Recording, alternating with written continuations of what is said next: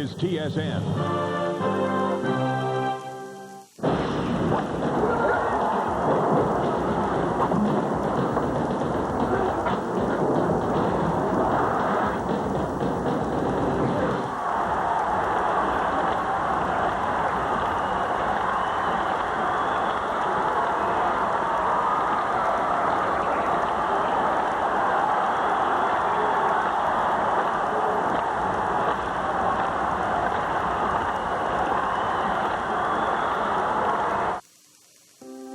From the fairways of Strathmore, Alberta, you're watching the Sports Network, coast to coast.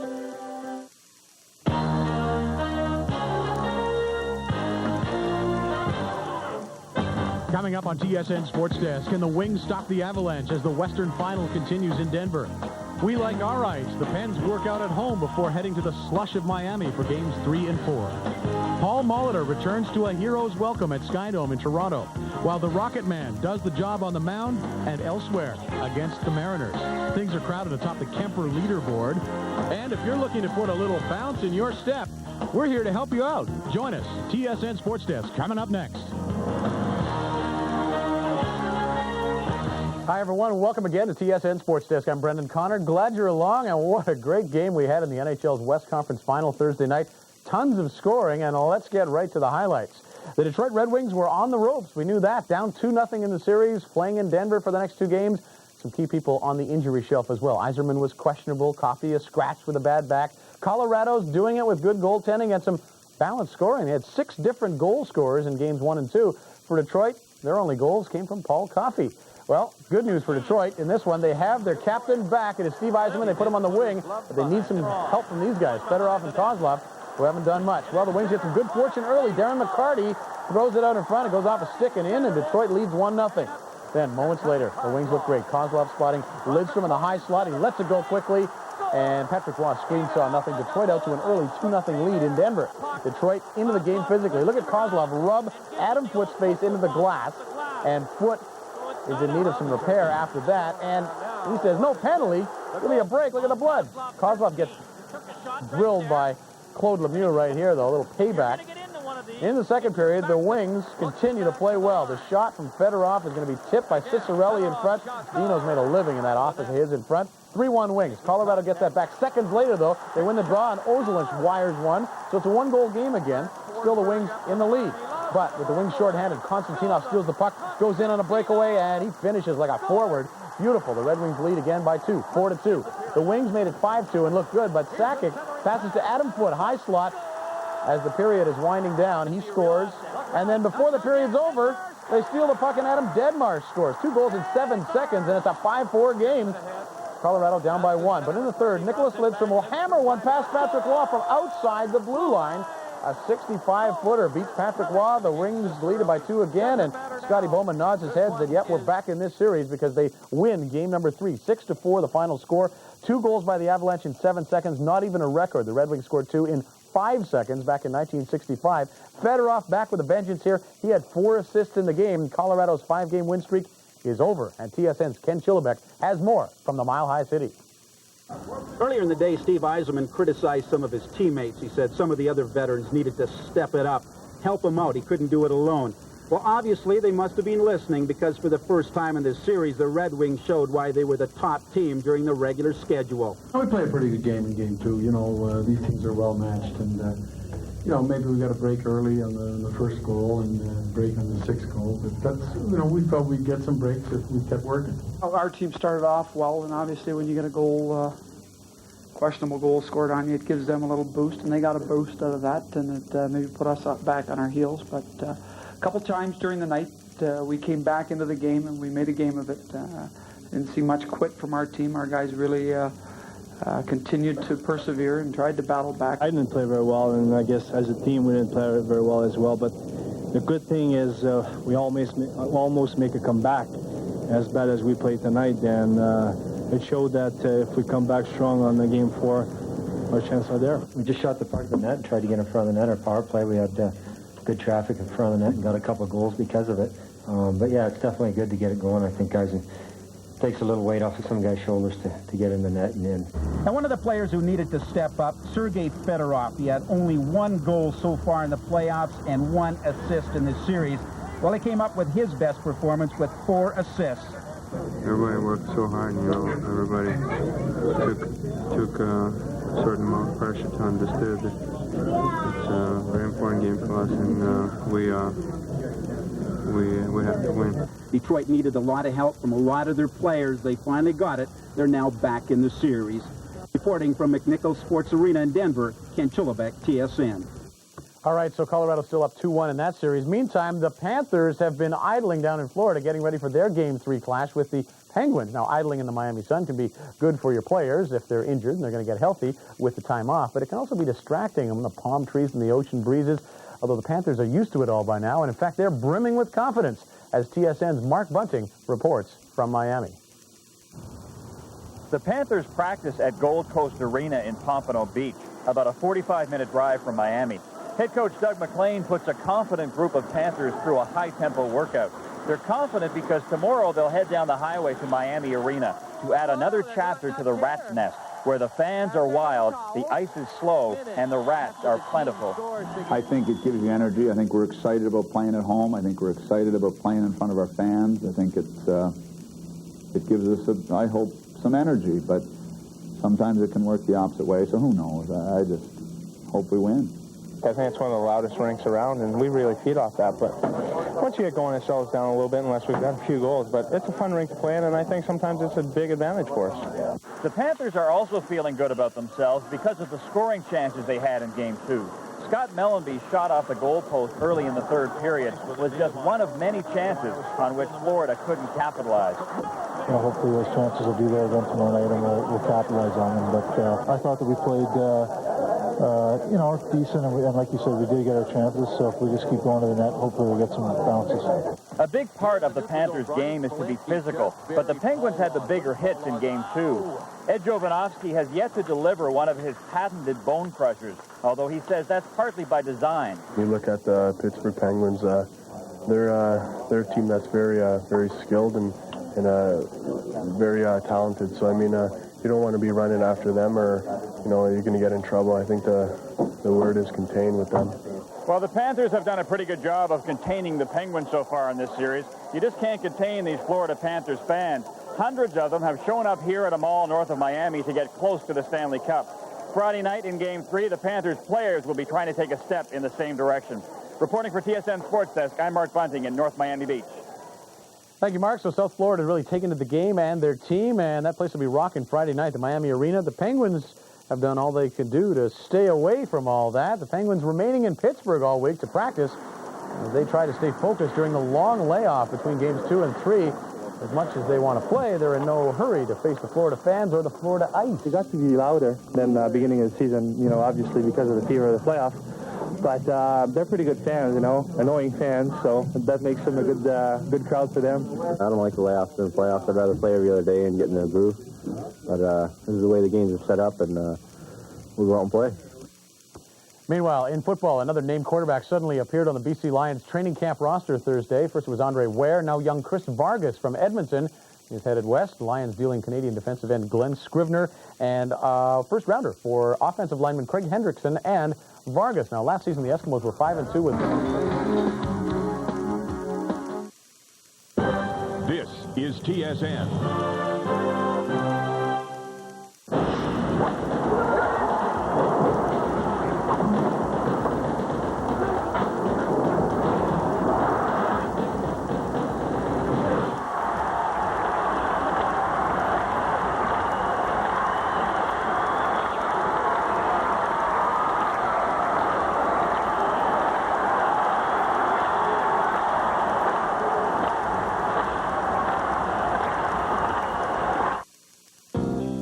From Ottawa, Ontario, this is TSN, Coast to Coast.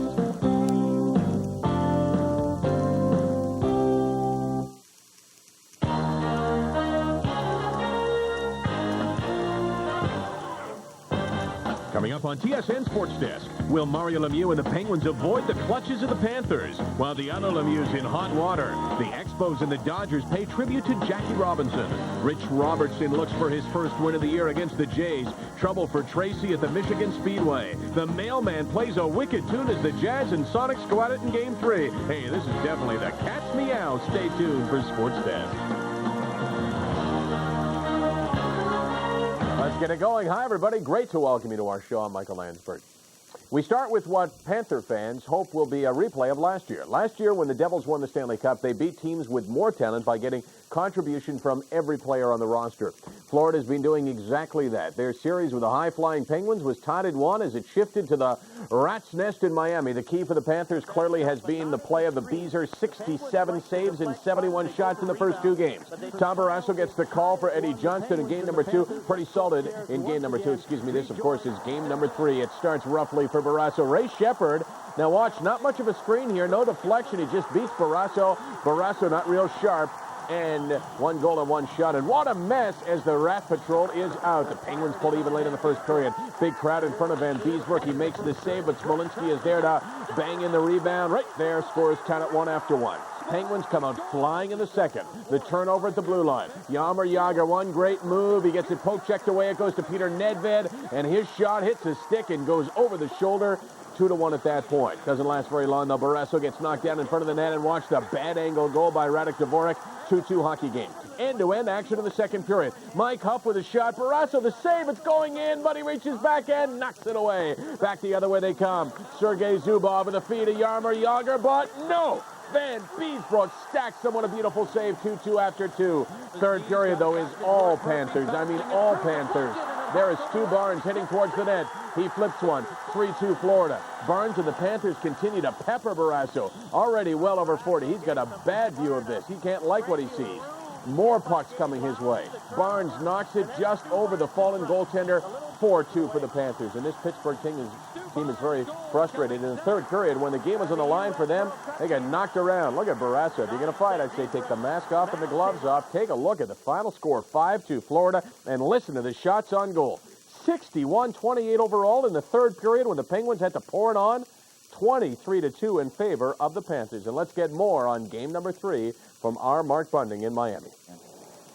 The Florida Panthers style of hockey has often been called boring, but tonight they were far from dull as they pumped 61 shots at Tom Barrasso and scored 5 goals. By the 5th one, the fans were running out of rats to throw onto the ice. A lot of people played hard, and it was a solid effort by everybody. Beezer made some big saves at key times there in the second when they had a little flurry there, and it was a solid performance by everybody. Now I'm playing NHL. 2 broken teeth and a broken lip. Now I play NHL. Now you look like a hockey player. Yeah.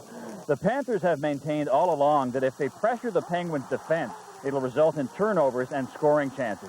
We weren't trying to run and go on them. We're just we're trying to get the puck in on them and getting as good a forecheck as possible. And that's the result that you get a lot of chances when you do that. Penguins head coach Eddie Johnston was infuriated with his team's performance. He stopped just short of saying that they quit on him. We played 5 minutes in the course of the game. We played 5 minutes when we got the lead 2-1, and as soon as we came back and tied it up on us, we folded to 10. When you get 60 shots against you, that tells me that you're not checking anybody, not hitting anybody, and that's just basically what happened in the course of the game tonight. When you have your number 1 player, when you're doing all the hitting, I mean, that's got to tell you something.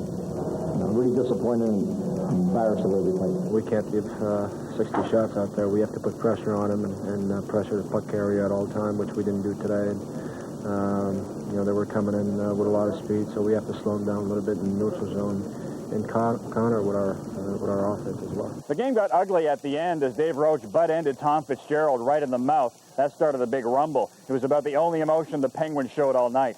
Reporting from Miami Arena, I'm Mark Bunting in South Florida. Thanks, Mark. Later on in the show, we'll look at Game 4 of the Western Final, a game the Avalanche will have to go without super pest Claude Lemieux. The league suspended him for a retaliatory hit in the back of the head of Slava Kozlov. He was also fined $1,000. Now for the Expos, who open a weekend series with history on their minds. Few single sporting events have had more of an impact on society. This is TSN.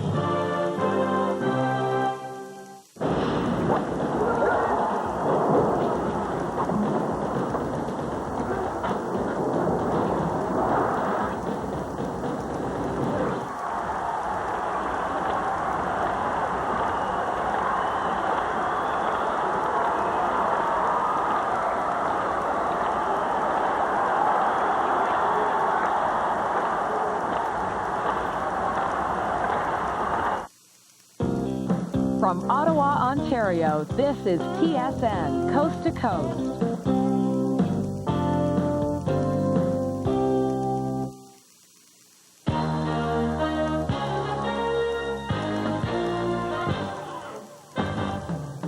Ahead on TSN Sports Desk, are the Wings on the brink of extinction? Or can Detroit, led by this Dino, soar to life? On the diamond, the Expos need a real well-pitched game at the Big O. In hoops, Orlando needs the magic touch to beat the Roaring Bulls. Quest for the checkered flag. We'll check in on the Indy Lights and preview both of Sunday's races. And Jay's okay at the Kemper Open. So take a seat. TSN Sports Desk is coming your way next. Hi, everyone, and welcome to TSN Sports Desk. I'm Gino Retta. It is nice to have you along with us today. May 25th, 1995, the Quebec Nordiques were sold for $75 million. May 25th, 1996, same team, different city, the Colorado Avalanche were poised to take a stranglehold in the Eastern Conference Final with Detroit. Long-suffering Nordique fans can only sit and watch as the nouveau NHL fans in the Mile High City capitalize on what took them years to build. Peter Forsberg and the Avalanche need to dig down deep without the suspended Claude Lemieux. Valerie Kamensky, without a point in the series thus far, almost gets his first one. Some good moves, feeds Adam Deadmarsh, but Deadmarsh is stopped by Chris Osgood. Sergei Fedorov is also on a scoring drought. No goals, 9 games. He gets a little more acquainted with the Colorado net, thanks to Uwe Krupp. Now watch Fedorov's face. He's watching the referee who is calling him for goaltender interference. Can't believe it. Watch Scotty Bowman's face. He can't believe it either. How feared is Joey Sakic? He draws both defenders, leaving Adam Deadmarsh wide open to score and give Avalanche a 1-0 lead. Detroit gets it back into second on the power play. Sergei Fedorov's shot tipped by Dino Ciccarelli. Number 6 for Dino. All with a man advantage. It's tied at 1. Patrick Roy playing better than he did in Game 3. Almost gets burned. Trying to play the puck, but Greg Johnson slides it past him and past the open net. Red Wings looked at the momentum, but Colorado forces the turnover. Mike Ricci feeds Joey Sakic. Tipped off the inside crossbar for his 15th of the playoffs. Avalanche back in front 2-1. Dino Ciccarelli, cup check by Patrick Roy. Adam Foote, cup check. Ciccarelli taking a beating. Finally, he's had enough. That frustration carried through the end of the period. He argues with Andy Van Hellemond after getting the penalty. Earns an extra 2 for unsportsmanlike conduct. Unbelievable. A double minor cost the Wings in the third on the power play. Uwe Krupp's shot somehow makes its way through that maze of bodies. Colorado's up 3-1. The Wings manage to get one back. Beautiful passing as Fedorov goes to Johnson, to Doug Brown. It's back to a 1-goal game. Detroit now pressing to tie. 2-on-1. Lirianov will go to Tim Taylor, but Patrick Roy comes up with a huge stop. The Avalanche at an empty netter. And how big was that penalty to Ciccarelli? Even without Lemieux, Colorado just 1 win away from going to the Stanley Cup Finals. 4-2, the final score. Sakic has now scored in 12 of the 16 playoff games, a total of 15 goals in this postseason. Our Ken Chillibeck was at the game and has more in this report. It was certainly a different game than the third one in this series when a total of 10 goals were scored in the 6-4 win for Detroit. Both clubs settling down, some great net minding. A great game for Adam Deadmarsh, replacing Claude Lemieux in the first line with Peter Forsberg. He scored the first goal of the game and then assisted on the third one for Colorado. Obviously, it's fun playing with Peter and Val. I mean, it's just as fun playing with Joe and Scotty. It's just been a fun time for me this whole playoffs. He played great. Actually, it's his second year, and you know, he's really picked up his game this year, and he's a character guy, and he can skate, shoot, and you know, he's a strong guy, and he's an important player on our team. I thought we played hard. We played a good, pretty solid game.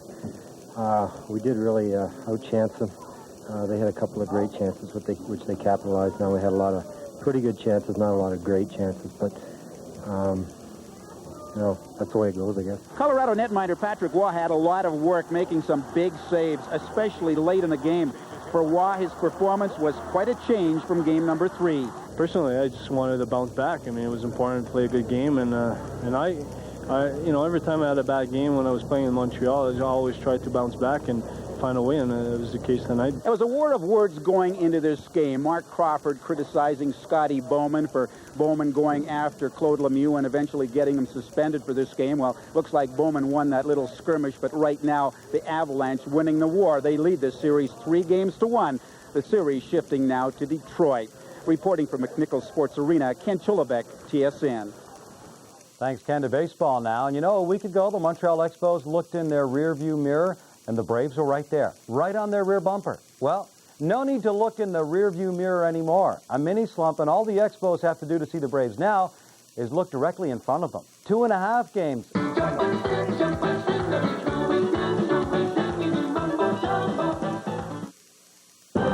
This is TSN.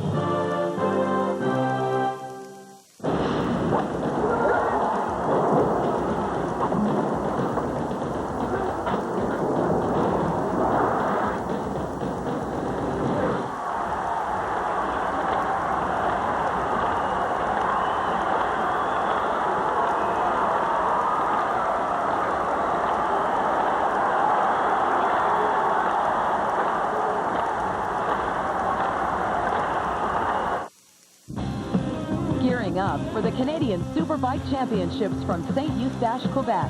You're watching the Sports Network, coast to coast.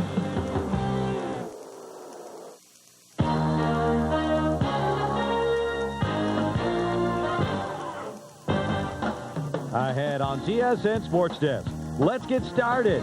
Hopefully better than the Indy cars at Michigan. Hey, buddy, guess who won the Indianapolis 500? The Panthers hope to huff and puff and blow the Pens down. Seattle and Utah are shooting, dunking, and all that jazz. The Expos try not to knuckle under to the Dodgers' wily veteran. Canada tries to qualify for Atlanta, but it's going to be tough, mate. Laura Davies pencils in a huge check at the LPGA Skins game. So get into the groove. It's the Sosa Salsa, and Sports Desk is next. Hi, everyone, and welcome to this edition of TSN Sports Desk. I'm Gino Retta. The final weekend in May has long been reserved as the Super Bowl Sunday of IndyCar racing. Well, thanks to a major split in the sport, not one, but 2 Indy Super Bowls on Sunday. The long-standing and now extremely watered-down Indianapolis 500 and the inaugural U.S. 500, host of all the really big names in the sport. Although you can't even officially call it a start, on the final warm-up, before the cars get the green flag, Adrian Fernandez catches the pole sitter Jimmy Vasser's back wheel. Vasser loses control, runs into Brian Herta, into the wall. It starts a chain reaction of 12 cars involved in the collision. No serious injuries, and Canadian Greg Moore, not driving like a rookie, able to avoid any contact. He and fellow Canadian Paul Tracy escape unscathed. Here's another look at the collision through Christian Fittipaldi's car. Because the crash happened before the green flag came out, the drivers involved were able to come out for a restart. So an hour later, it officially got underway. Great race for Moore, being challenged for third here by Andre Ribeiro. All of a sudden starts spinning. But somehow he manages to keep control and get back onto the track. He would make it into the pits and amazingly get back out still on lead lap. Moore made his way back into second with about 25 laps left. But almost as soon as he did, he blows his engine, ending his day. Moore drove brilliantly for 450 miles, but was not able to finish it off. Ribeiro leading with 10 laps to go, trying to hold off Vasser. Suddenly, Ribeiro slows down, and he pulls into the pits, apparently out of fuel. And with that, pole sitter Jimmy Vasser cruises on to victory, driving in his backup car after the collision before the start. He wins it anyway. Vasser's 4th victory of the season. He has now won 3 of the last 4 events. Paul Tracy finishing 7th, Greg Moore finishing 13th. Our Teresa Hergert was in Michigan and has more in this report. When you look back on this inaugural U.S. 500, the first thing that comes to your mind is, wow, what a race. It truly had everything from the opening incident on the warm-up lap to when they finally got racing, the changes in the lead, the strategies. But I think what sticks out for Canadian race fans is young rookie Greg Moore from Maple Ridge, B.C. Even though his day came to an early end, it truly was a day to be proud of. 500 miles in a race, it's tough on an engine, and I mean, especially the speeds that we're going in the last half of the race there. they were, faster than I'd gone in qualifying, and I just can't say enough for the players team. I mean, we did a great job today. The car was there all day. I made one little mistake, spun in the back, and was lucky enough to save it and keep it off the wall. But that's the way it goes. We'll go to Milwaukee where we know we can win there. We really didn't have the setup today. I mean, we were lost the first half of the race, and the handling was really bad.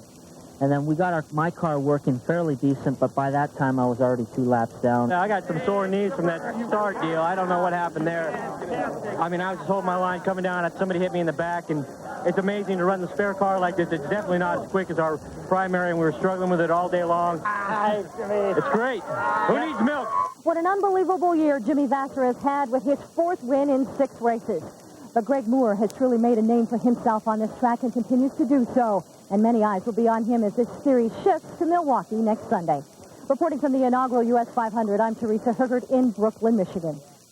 Well, milk or no milk, Jimmy Vasser continues to show away in the overall driver's standings, a 36-point cushion over Al Unser Jr. Greg Moore is 6th, just 2 points out of 4th. Paul Tracy is 8th. A rose by any other name is still a rose and smells as sweet. You can call Sunday's 80th running of the Indianapolis 500 anything you want, but it just doesn't smell right. It's like replacement players competing in the World Series. They can wear the uniforms, you can give them the trophy, but you're not fooling anyone. Drivers continue to remember Scott Brayton, who was killed during practice. Ladies and gentlemen, start your engines. Unfortunately, pole sitter Tony Stewart's engine did not run very well. Whoa. That's a terrible sounding engine. The battle is between Arie Luyendyk, Buddy Lazier, and Davy Jones. Luyendyk is late coming out of the pits. That allows Lazier to get out first. Luyendyk regains control, but watch Eliseo Salazar. He moves down on Luyendyk, hits him, goes out of control. Luyendyk falls back and eventually out of the race. Salazar. Whoa. How's that for in your face? That was just the beginning of the accident that took out Lynn St. James and Scott Harrington. Both of them were fine. Late stages of the race. Eliseo Salazar tries to hold off Davy Jones to avoid falling a lap down. Jones hits the wall, and Alessandro Zampedri goes around him for first place. 11 laps to go. Zampedri loses the lead when Davy Jones blows right by him. But Lazier is still trying to reel in Jones. And with 8 laps to go, he catches him to regain the lead. A yellow flag came out, but they went to green with 1 lap left, and Buddy Lazier holds on to win the 1996 Indianapolis 500. But the eventful afternoon isn't done yet. Roberto Guerrero loses control. He takes out Zampedri and goes airborne. Eliseo Salazar becomes the 3rd member of this big crash, but the race was already won. Buddy Lazier celebrates with the traditional drink of milk. So it's Buddy Lazier, Davy Jones, and Richie Hearn finishing 1, 2, 3. Lazier picks up his first IndyCar victory of his career. Yes, the Indianapolis 500 this season was tainted, but it's a win Buddy Lazier will never forget. The last 10 laps of the race, we ran so hard, that scared myself every lap. It was just as fast as the car could go, giving it everything that we had, and it came out okay. It makes it extra sweet, given the fact that my lower back 9 weeks ago, 9 weeks ago, looked like a hard-boiled egg that had been dropped. The lower back was just shattered, the sacrum and the L5 vertebrae. Meanwhile, on the ice, the Pittsburgh Penguins gave up 61 shots in Game 3 against the Panthers. Embarrassment quickly turned to desperation as they got set for Game 4 of the Eastern Conference Final. The Penguins had 28 shots in Game 3. 29 if you count the shot Dave Roach took to Tom Fitzgerald's face at the end of the game. Fitzgerald got a broken nose. Roach got a 1-game suspension. Speaking of illegal activities, Jaromir Jagr takes some abuse early in this game. Early on, Stu Barnes gives him the Sherwood shave.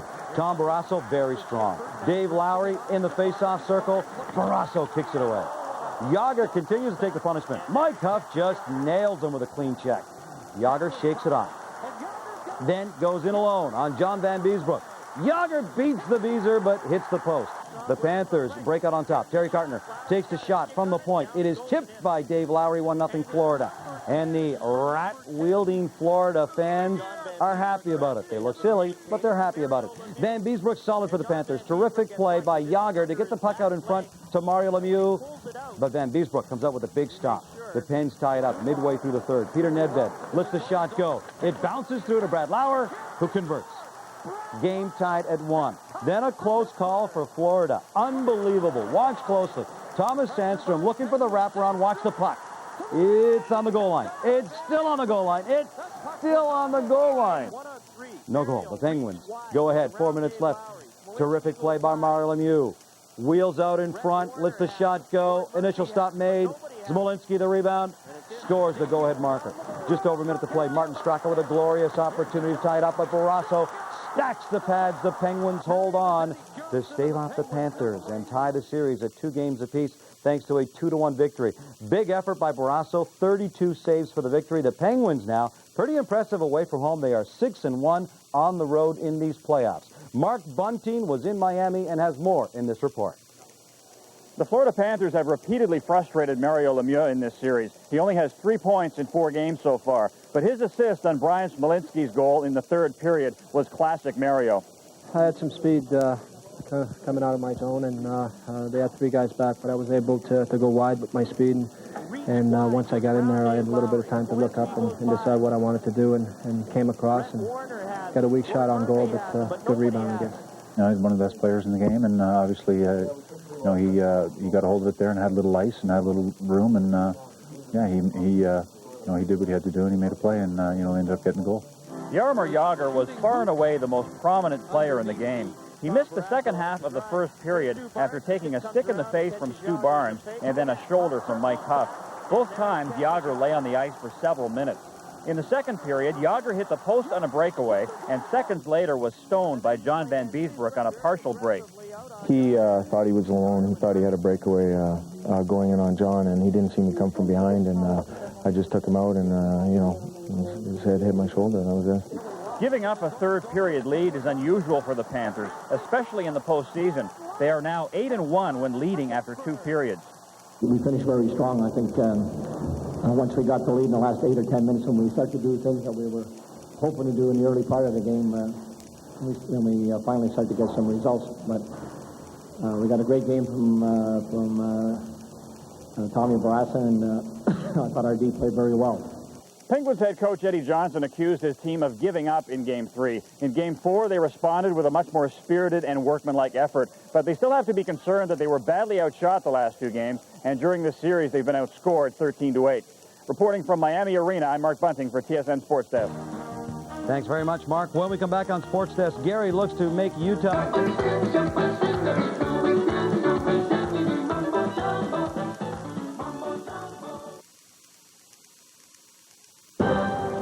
This is TSN.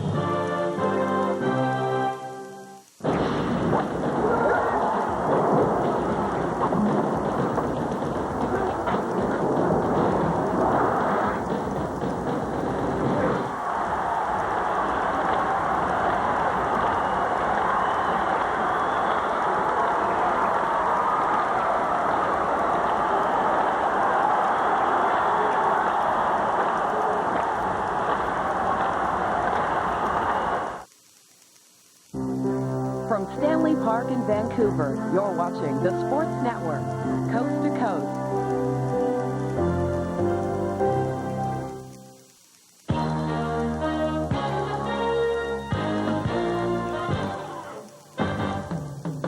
Coming up on TSN Sports Desk, Fedorov takes flight to keep the Avalanche from winging their way to the final.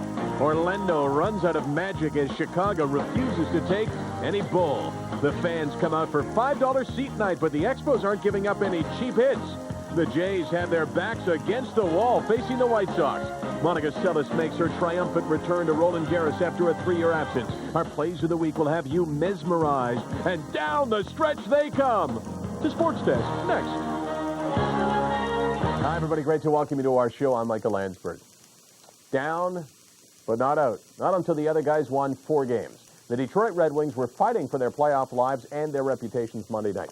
Wings trailed the Colorado Avalanche 3-1, but as Detroit proved against St. Louis, almost being knocked out is very different from being knocked out. Game number 5 at the Joe, and they do not have Keith Primo available for Game 5. He has a groin injury. Good news, though, Paul Coffey back in the lineup, and he was a force in this game. And speaking about a force, how about Joe Sakic scoring all those goals and trying to hit everything in sight? He's really turned his game up a notch. Early on, though, watch this. Slava Kozlov knocks it out of the air. First goal in 7 games. That's got to make the Wings feel great. It's 1-0. Avalanche trying to start the momentum, but Chris Osgood, beautiful save. A huge one early on Forsberg. 2-1, the Wings in the second period. Detroit keeps on coming. Fedorov with the feet of Coffey. Coffey with a shot. Redirected by Fedorov. First goal in 10 games. 2 droughts in. It's 3-1. The forwards breaking out. Here's beautiful play by the Avalanche. Ricci redirects the feed from Ozolinsh. Ricci's second of the game. It's a 3-2 game, but every time the Avalanche scored to cut it to 1, the Red Wings came right back. Coffey with an excellent feed to Doug Brown. And the Wings back out in front by 2 once again as this they hit in the playoffs. Konstantinov on Lemieux. What a shot. 5-2 Detroit with about 6 minutes to go in the third. And Mark Crawford pulls a gutsy play. Figures, why not? We're down 3, power play. He pulls his goaltender. Waugh goes to the bench. And Kamensky with a move lulls him to sleep. Kamensky through. He's going to get the shot away, but no. Draper slides across, and that may have summed up the effort from the Red Wings. 5-2 Detroit over Colorado. Osgood made 26 saves. Good, but he didn't necessarily have to be brilliant. The Wings played far and away their best game of this series. They are now 3-0 in this postseason when facing elimination. And let's get more from our Ken Chillibeck at the Joe. It was far from a positive situation entering this game for the Detroit Red Wings. Let's face it, Keith Primo was a late scratch with apparent rib injuries. Then there was Paul Coffey. He had missed the past 2 games because of back spasm. He was far from 100%, but he was going to be playing. Despite all that, the Detroit Red Wings staved off elimination. I hate this. I mean, I don't like to be on the edge. I mean, I'd rather be up 3-2 in the series or up. But I mean, I don't know what it is, but we just seem like we thrive on being, when we're down on our backs against the wall and rising to the occasion. We've got a lot of character in this room, and nobody can ever question that this season, what we've done.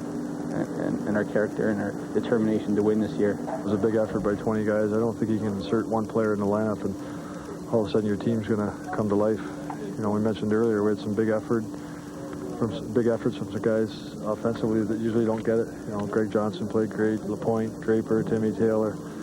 You know, all the guys that are so-called role players and did a super job for us. One of our strongest points all year has been our first 10 minutes of every game, and I think that was really what we were aiming for, to have a strong 10 minutes, and we got a couple goals and got rolling. They definitely dominated the game tonight, right from the drop of the face-off, drop of the puck there, and you know, we just stunk out the joint tonight. We let them carry on their emotion, on their high, and we sat back, and that's our biggest fault, is we sat back after they got 2 lucky goals. We should have said to ourselves, hey, they're luck. So much for Colorado not allowing Detroit back in the series. They did exactly that. They're really flat in all areas. Not much time to regroup now as they head back to Denver for Game 6 on Wednesday night. Reporting from Joe Louis Arena in Detroit, Ken Chillibeck, TSN. Thanks, Ken. Game 6 should be real interesting. Dennis Rodman and Shaquille O'Neal have been beating each other up in the paint.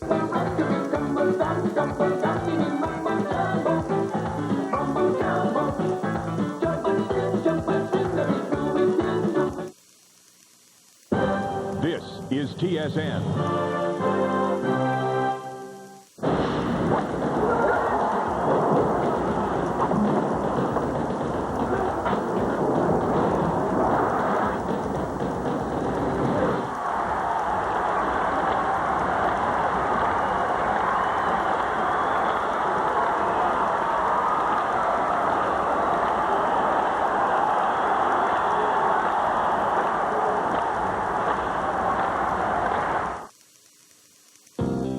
From Ottawa, Ontario, this is TSN, Coast to Coast.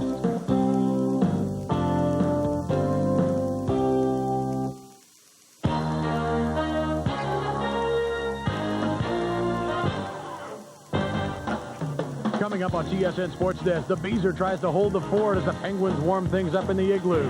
In baseball, it's O. Henry once again as Rodriguez tries to carry the Expos past the Padres. The Sonics look to finish off the Jazz in Seattle. Chang starts off the French Open with a bang. And is this a ray of hope in Vancouver? Hey, take it easy. No need to get too excited. Sports Desk coming up next. Hi, Hi again, everyone, and welcome again to TSN Sports Desk. I'm Brendan Connor. Glad you're along. Big game in the NHL playoffs Tuesday, as it was the critical Game 5 between the Pens and the Panthers. And let us start there. You know, people say the regular season counts for nothing. The playoffs are where everything matters. It's another season, they say. Well, that's true, and actually within a playoff series, the second half could also be deemed another season. And when it comes to that part of a series, Penguins are great. So far this postseason, from Game 4 on, the Pens are 6-0. John Van Beesbroek would like to change all that. He's given up just 8 goals in his last 5 road games. Dave Roche back after his 1-game suspension for breaking Fitzgerald's nose. Fitzgerald welcoming him back right there. Pens have been just a .500 team at home in the playoffs. They get caught on a line change, and Skrudland gets in on a breakaway, but unsuccessful. Pittsburgh so dangerous on the power play, but look at the Beezer continuing to show how good he is. Not intimidated there as the Penguins hammer away on the power play. Seconds later, though, Lemieux's shot comes out to J.J. Daniel, who had snuck in from the point. He gets just enough to get it in. 1-0 Pittsburgh. No rats in Pittsburgh, but some rat traps, or some lame excuse for a rat trap. Pens continue to pour on the pressure. Dmitry Mironov centers for Lemieux, but robbed by Van Beesbroek. 17 shots in the first period he faced. The barrage continues in the second. Lemieux beats him, but hits the post. Doesn't deter the Penguins, though. Daniel's point shot beats Van Beesbroek. Goes in, but Mark Fossett, the referee, calls no goal, and why not? Dave Roche barreling right into Van Beesbroek. Not only did they not get the goal, they get a penalty for that. Panthers power play, and Eddie Johnson not very happy. Still 1-0 Pittsburgh. You can't keep these guys off the board forever, though. Look at Nedved busting in on his wrong wing, the flick shot, and he's got a heck of a flick shot. 9 in the playoffs. Pens up 2-0 after 2. Instead of cranking it up late in the game, they mess up. Mellenby gives it to Miller, but look at Van Beesbroek. 1-2 saves on Miller in sight. Penguins with the better chances all night long. Jagr in alone. Beezer's got that one, too. Pittsburgh put it away with an empty netter. Panthers with one last chance to break Barrasso's shutout. Mike Hoff forced wide and can't score. Barrasso's 5th playoff shutout. The Pens can win the series at the Rat's Nest in the next game. 3-0, your final score, as Pittsburgh defeats Florida, and Pittsburgh takes the lead now. Jagr 2 assists. Mario Lemieux 2 assists. The big guns come through. Tom Barrasso, 5th career playoff shutout, first since May of 1993. For more on the game and some reaction, let's go to our Mark Bunting reporting from Pittsburgh. The Pittsburgh Penguins have a habit of trying to be too flashy at home, but Game 5 was easily their most disciplined, complete game of the series. Scoring the first goal was important, too. The Penguins are now 8-2 when they score first. I think every game's important to go out and get the lead on this team, and we seem to play a lot better with the lead. So especially against a good defensive team like the Panthers, it's important to go ahead. The stats prove that the team that scored that first goal usually has a good chance to win the game. So it's important to go out and get that little bit of a cushion. First 4 games, we just we won 2 games, but we were lucky. You know, we didn't play our best hockey like we did against the Rangers.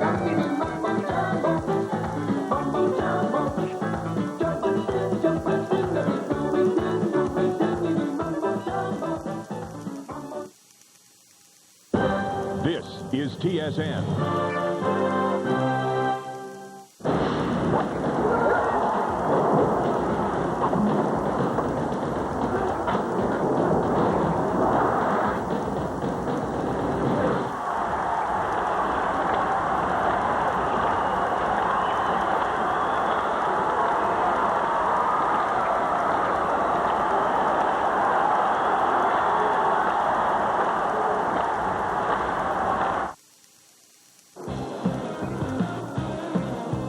This is Cascar Power from Delaware, Ontario. You're watching the Sports Network, coast to coast.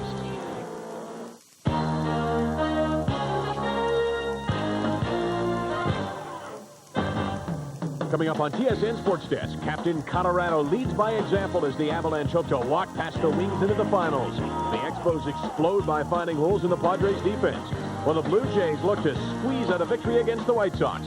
It's more than Darwinism as the Pirate pitcher swings a big stick. Andre Agassi is all clayed out at the French Open. Game 7 of the AHL semifinals has Tugnut sizzling against the Flames. Hey, for the greatest show on earth, don't touch that dial. Sports Desk is next.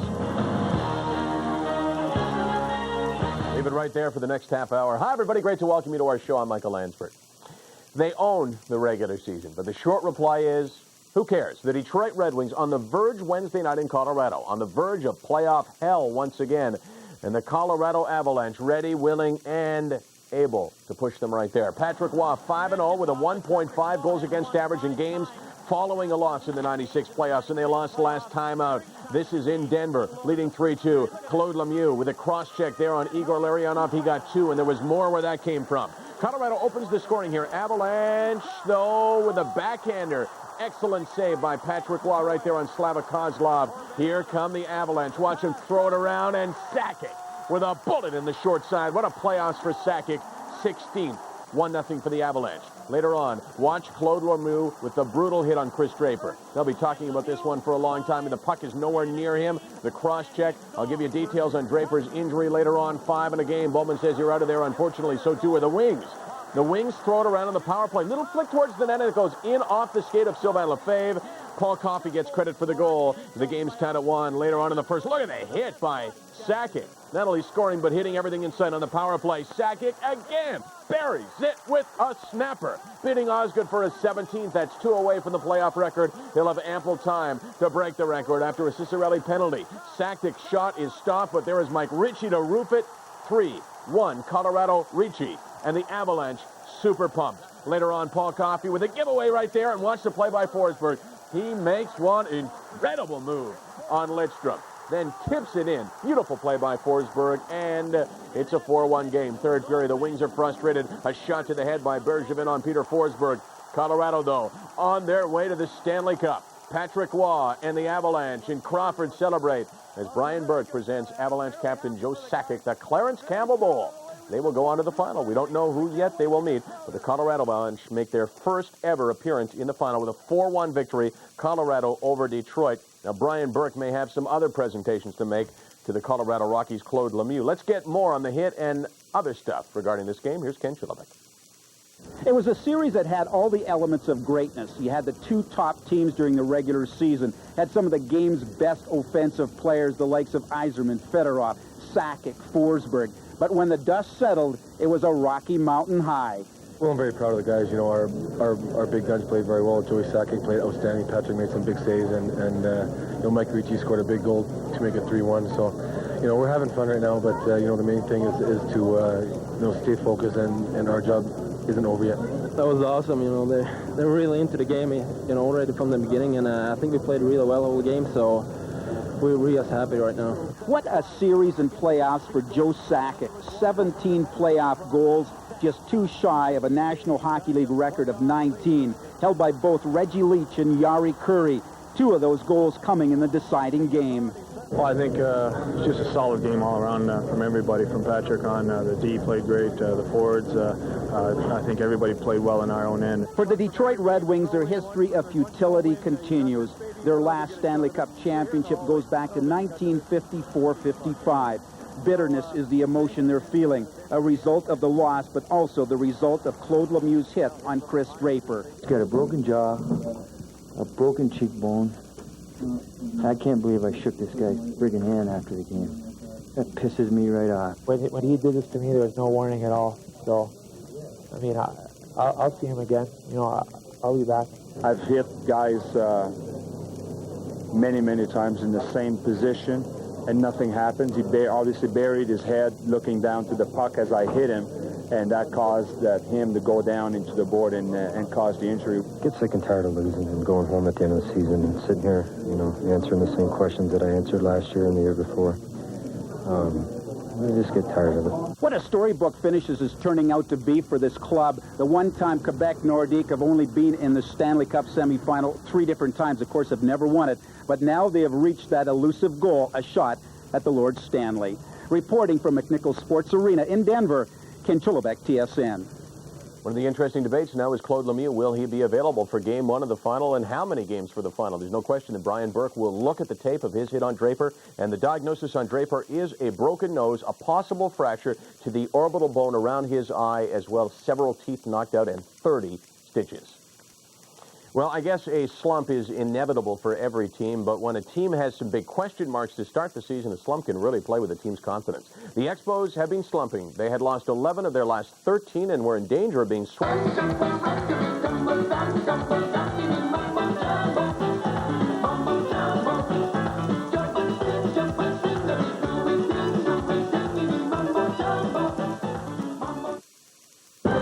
This is TSN.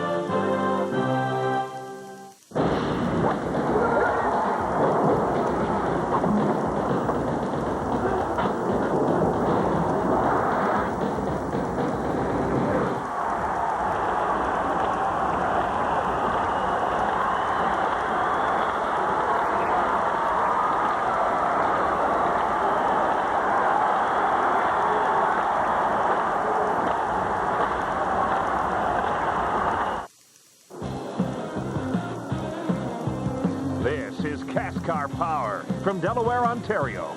You're watching the Sports Network, coast to coast.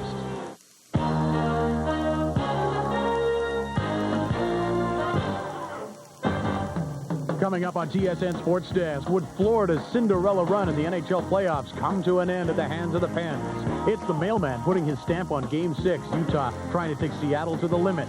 The second round of the French Open has Michael Chang moving straight ahead. In baseball, Big Daddy would need a big night as the Tigers duel the White Sox. Plus, the U.S. Women's Open gets into full swing. Annika Sorenstam trying to defend. So remember, those who give also receive. Here's our gift to you. TSN Sports Desk coming up next. Hi, everyone. Welcome again to TSN Sports Desk. I'm Brendan Connor. Glad you're along. Let us open our show with a huge game in the Stanley Cup Playoffs, and boy, it did not disappoint. It was a great one. It has been a Cinderella story all year, the Florida Panthers. Third year in the NHL, a coach who some people suggested wasn't the right choice, and here they are vying for a spot in the Stanley Cup Final. Doug MacLean has done a great job with the Panthers, but there was a chance it would all end on Thursday night if they lost to the Penguins, but they're playing in the right ring. Florida 6-2 at home in the postseason, and there is Doug MacLean's message to his team in the dressing room. But to do that, they'll have to beat Tom Barrasso to move on to the final. On fire, over 87 minutes of scoreless shutout hockey for Barrasso. Early on, kind of a controversial goal. Mellenby busting in. Somehow that gets knocked in. First it's ruled no goal. Then Terry Gregson goes upstairs for some help. They end up counting it. So 1-0 Florida. Wayne Azinga likes that. And likes the effort his club put together in the first period. Second period, game tied at 1. Sergei Zubov over to J.J. Daigneault. His point shot deflected by Joe Zizik. His first goal of the playoffs. Pittsburgh leads 2-1, and that's huge. And Doug MacLean not happy with his club's defensive zone coverage on that goal. It was costly. However, the Panthers do answer. Later in the period, Pens running around in their zone. Bill Lindsay gets a whack at a rebound. It's fifth of the playoffs. They tie it up, and all Pittsburgh could say was, Rats. Yep, here come the Rats onto the ice. 2-2 after 2. Third period, Panthers apply the pressure. Look at the good move by Straka at the blue line. Now it's a 2-on-1. Over it goes to Lindsay. Back it goes to Straka. Upstairs it goes on. Barrasso and Florida leads 3-2. The Panthers sense there might be a Game 7 back in Pittsburgh, but not so fast. Minutes later, look at the move by Mario at the blue line. He gets it to Murray, who gets it to Sandstrom, who waits on the Beezer and scores. What a beautiful goal. The Pens tie it at 3. But just over a minute and a half later, off the draw, Rob Niedermeyer, the big kid, wins the draw, goes to the net. Smolinski can't hold him, and Niedermeyer has 2 whacks at it, scores on the second one. 4-3 Florida. Fourth goal of the playoffs for Niedermeyer, but not done yet. Jaromir Jagr down the wing with an angle, but Karkner gets away and knocks that puck away. The Beezer hangs onto it, and the Panthers do win this 4-3. They will play another game. Game 7 goes Saturday night. Mario Lemieux held without a goal for the 5th time in the series. He said, "This is the toughest defense I've ever faced. There was no room out there." Let's get more from Miami. Here's Mark Bunting. Some of the Panthers' younger players were instrumental in this victory. One of them was 20-year-old Rob Niedermeyer. With about 6 minutes to go in the third period, he cleanly won a draw, and then seconds later knocked in a rebound to force Game 7 in this series.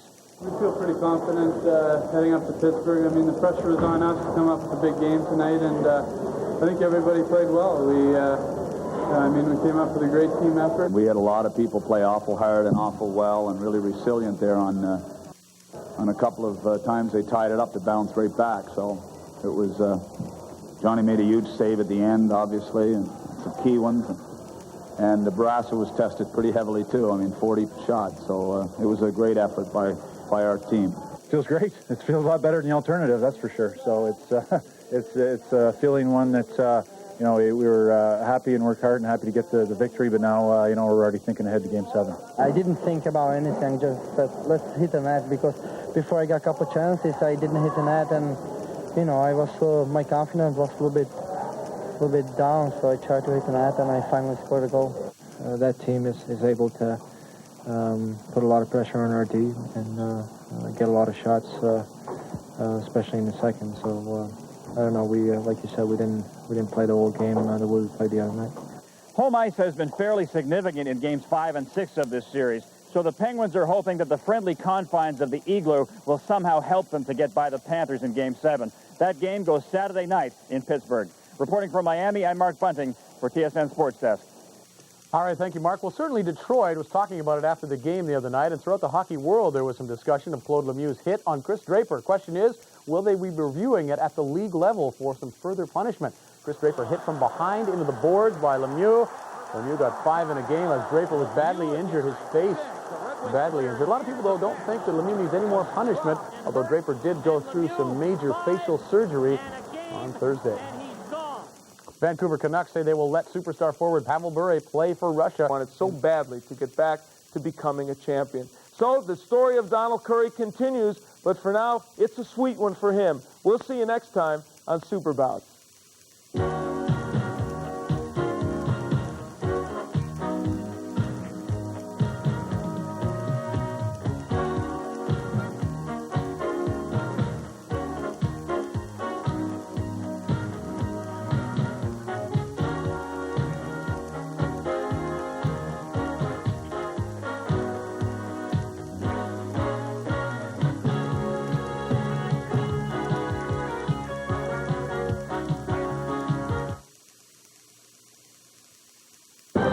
This is TSN. From Stanley Park in Vancouver, you're watching the Sports Network, coast to coast.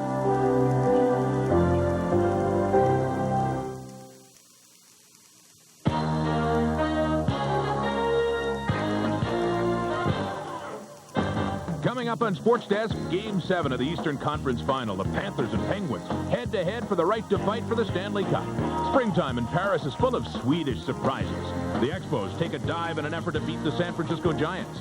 Let's get ready to rumble! Round 2 from County Stadium in Milwaukee. Hold on to your seats. We've got auto racing action that'll really shake you up. Close only counts in horseshoes. Women's U.S. Open action from North Carolina. Just cruising around with nothing to do? Light that stogie. Sports Desk is next. Hi, everyone, and welcome to Sports Desk. I'm Rod Smith. An exciting Saturday of sports, tons of baseball, golf, tennis, but of course, we begin with the hockey.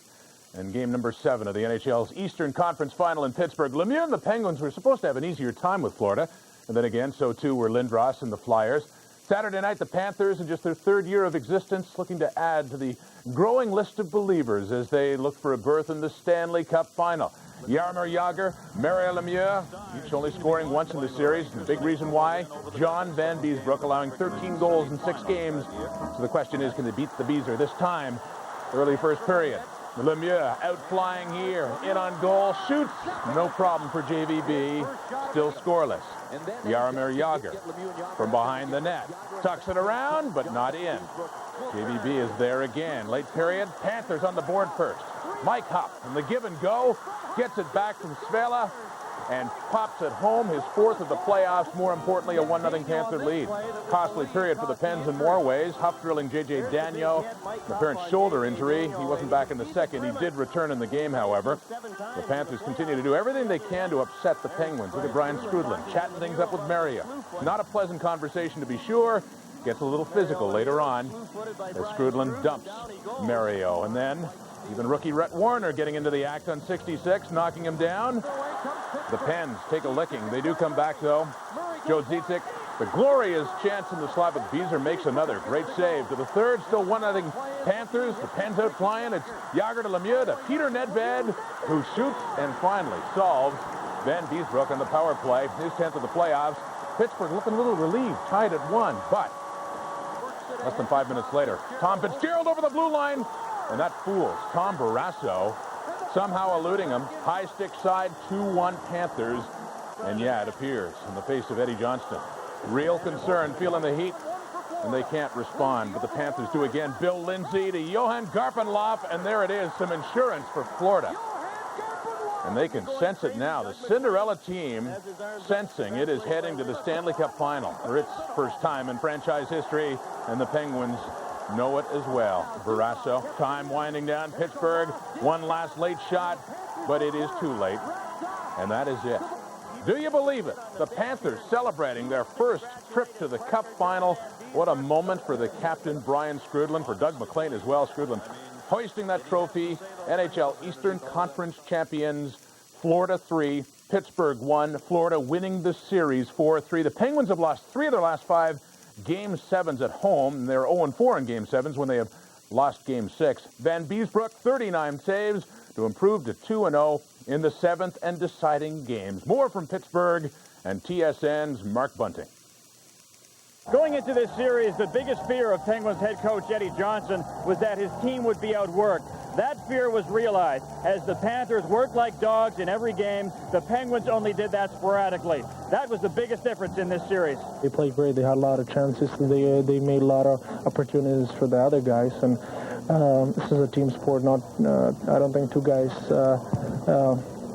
not going to be, winning every game for you. To go to 20 guys that refuse not to put 100% effort every shift. I think you look and you break the game down. Our back checking was unbelievable. Desperation back checking, we call it. I mean, it was unbelievable. Going into the series, the Panthers knew they had to minimize the damage caused by Mario Lemieux and Jaromir Jagr. They did that brilliantly, shutting them out in the last 5 games. The whole series was tough, and we didn't have any room out there, and they played very well defensively. And as I said last game, that's the best team that I played against. They play so well defensively, game in and game out, and you have to give them credit. They have a great system, and they work very hard, and they got a great goaltender, so they deserve to be in the final.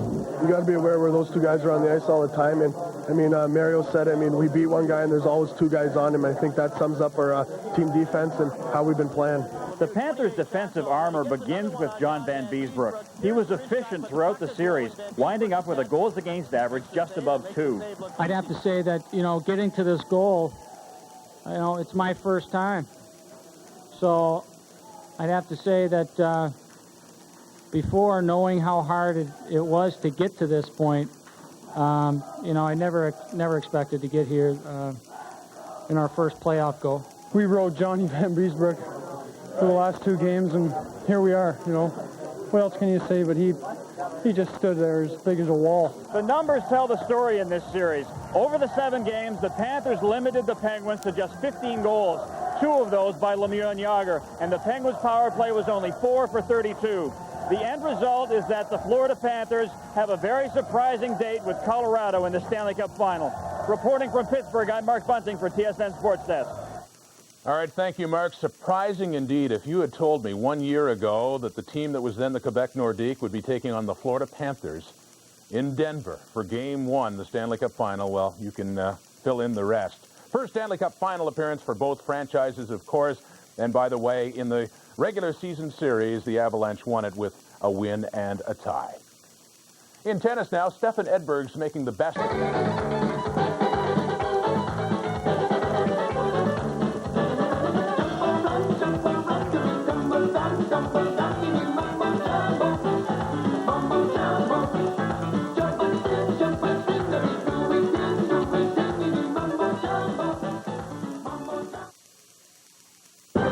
This is TSN.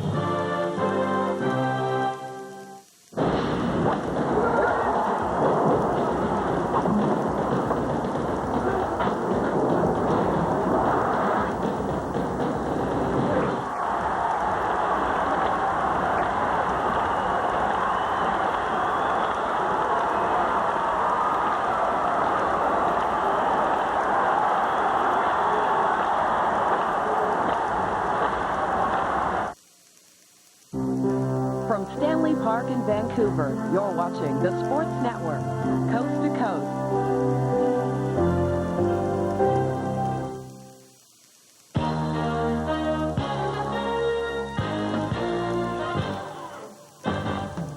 Coming up on TSN Sports Desk, Colorado reaches a Rocky Mountain high in Game 1 of the Cup Finals against Florida. Tom Rennie has coached great Canadians. Now he tries his luck with Canucks. Monica Seles is the first of the top-seeded women to fall at the French. The Jays take a trip to New York to face the AL East leaders, while Marlin is the catch of the day, leaving the Expos with a bad taste. 2 years removed from the Grey Cup, the Lions are rebuilding from the top down. So for all the news, including what the Village people are up to, stay tuned for Sports Desk. Maybe if we have time, we'll squeeze out a little YMCA. Hi, everybody. Great to welcome you to our show. I'm Michael Landsberg. Let's start with Game 1 of the Cup Final. Almost everybody has picked Colorado to win it, and the Avalanche might very well do it. But how many would have picked Florida to beat Boston, Philly, and Pittsburgh? And if you want historical basis for an upset, remember who New Jersey beat last year on the way to the final. Boston, Pittsburgh, and Philly. But, of course, this time the Panthers are facing maybe the premier all-time playoff goaltender in Patrick Waugh, two-time Conn Smythe winner, and he's on his game early on with a save right there from Johan Garpenlov, right there from Bill Lindsay, right there from Skrudlin, and right there from Gord Murphy. 4 big saves for Waugh. The Panthers show a rare lack of discipline here. Scott Mellenby hauls down Mike Ricci, and then Skrudlin gives Ricci a shot as well. 2 penalties. 151, 2-man advantage. Florida needs the Beezer to be big time at this point. Joe Sakic, the hottest scorer in the playoffs, gets the puck in the slot, fires for the top shelf, but the Beezer says no and knocks it away with a blocker. He was on his game as well. Florida kills off both penalties. Panthers 11-2 when they score first. Fitzgerald to Lindsay, back to Fitzgerald. Can you believe Fitzgerald? He scores up high on Waugh. 1-0 Florida. Claude Lemieux wishes he was on the ice instead of on the bike, but they'll miss him for the first 2 games. Florida's strategy is to neutralize the opponent's stars. Guys like Peter Forsberg bounce them around, stay right in their face, and they do a nice job there, Stu Barnes. That means that others have to step up. Like Scott Young, he takes the feed from Deadmarsh, gets the rolling puck to stop, and then zips one top shelf. Beezer can't see it, can't stop it. It's all tied at 1. Ricci on a 6-game point scoring streak. Watch him get the puck in the crease. He won't be denied. He's playing way better in the playoffs than he did in the regular season, 2-1. And then just a couple of minutes later, Kamensky with a great fake shot over Uwe Krupp. Redirection and an easy one. Colorado in 3:49 of the second period scores 3 goals to have a 3-1 lead, and this baby is all but over. Now, you know what that means? Je me souviens. That's the motto of Quebec. It says, I remember. And, of course, they remember Patrick Waugh killed them in Montreal. He's now killing the Panthers. Scott Mellenby all alone in front. Can't beat Waugh. Everyone in Denver loves the Avalanche. Colorado scores a Game 1 touchdown. 3-1. Colorado over Florida. Again, the Avalanche scored all 3 of their goals at 3:49. That spread in the second period to give them the win. And let's get more on this game from our Teresa Hergert in Denver. Going into Game 1, the Colorado Avalanche knew exactly what to expect out of the Florida Panthers. They knew that this defensive-minded team would play them hard, and they did, keeping Joe Sakic and Peter Forsberg off the score sheet. But the Avalanche is a team with great depth, and it was the other players stepping up to score when it mattered that truly made the difference and gave the win to the Avalanche.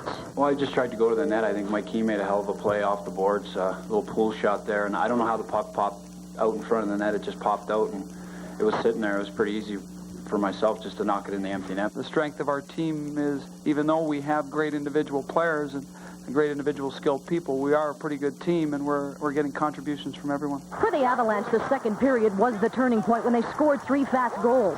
Throughout the playoffs, Colorado has been lethal in the second period, outscoring their opponents 33-20. We get a couple of breaks there, and Scotty's shot was a great shot, but it was long range, and we're lucky to get that goal. And after that, I think we played really well. For the defensive-minded Panthers, it was the first time in the playoffs that they had allowed 3 goals in a single period, and unable to solve Patrick Roy. They were held scoreless in the final 2 frames and were unable to get themselves back into the game. They've got talent. They can score in bunches, and they just Young got a big goal and got them going a bit, and they took that momentum and. You know, they parlayed it, I guess you would say. We did what we wanted to do at the beginning of the game. We were pretty composed, and that was a good sign. So, we kind of feel we let them off the hook a bit in the second period. And, hey, what can you say? They're a great hockey club. They put the puck in the net when they had to, and Patrick came up with a save. I just held that team because we got a lot of talent on that team. I mean, our defensemen are outstanding right now. Our forward are playing extremely well. And I think everybody's pride themselves right now to win games. So the Colorado Avalanche not only have an important win under their belt, they may also now have history on their side. If you take a look back in the best-of-7 Stanley Cup Finals, you'll find that almost 80% of the teams that won Game 1 have gone on to win the Stanley Cup. So the Colorado Avalanche will be looking to extend their series lead when Game 2 is played on Thursday night. Teresa Hergert, TSN, Denver, Colorado. Thanks, Teresa. In negotiations, you always want leverage. Tom Rennie had it. At least 3 teams with vacant coaching positions were interested in Rennie. The Canucks made it clear they coveted the national team coach, and Pat Quinn went out and landed him, hiring Rennie as the Canucks' new head coach. I'm excited, obviously. You know, it's...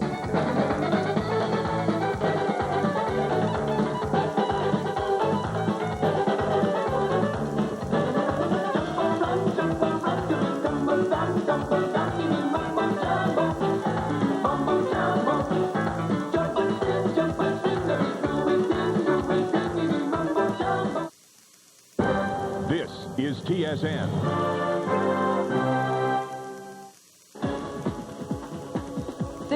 Teams, 31 games, and a worldwide audience of nearly 7 billion. TSN is proud to present a soccer showcase Euro 96. The show opens Saturday on TSN. Hard-hitting radio that's going to rock you till they're done. Stanley Cup action. Brought to you in part by JVC. Coming to a TSN sports radio station near you. Hi, I'm Ken Chillibeck. Join me for the bottom line in sports in and around Edmonton, coast to coast.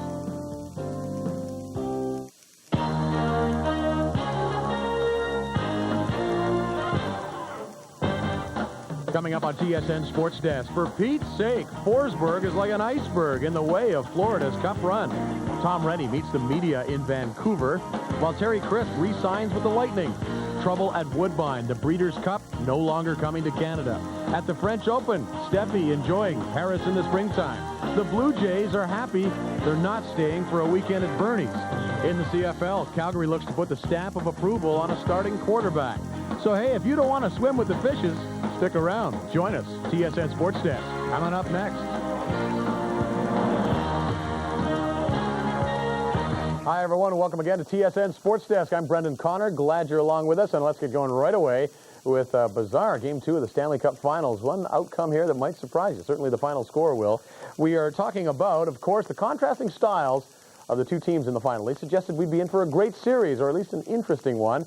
A test of Florida's tight, checking, hard-working style, the great goaltending, against Colorado's firepower, defensemen jumping up into the attack all the time. Well, I'll tell you, where the latter was in fine form in Game 2 Thursday in Denver. It caught everybody by surprise the other day with a controversy over Beezer's stick tape. So he put a little white on the end of the red, okay? Okay. Not the tape the Panthers have to worry about, though. It's Peter Forsberg. 4 minutes into the first, Forsberg gets the Avalanche on the board, trying to center and then reaching around and tapping his own rebound in. Nice goal, 1-0 Avalanche. Panthers are quick to respond, though. Power play, loose puck to Stu Barnes, and he roofs it top corner on Patrick Waugh. Just like that, we're tied at 1. But the Avalanche get their power play working. Scott Young with the shot. Rennie Corbeil gets a stick on it at the last minute, deflects it past the Beezer. 2-1 Colorado. And Colorado just getting warmed up. Again on the power play. Sakic to Forsberg. He just hammers one from about 12 feet out and puts it in, and 3-1 Avalanche. And the Panthers getting a little frustrated, including the Beezer.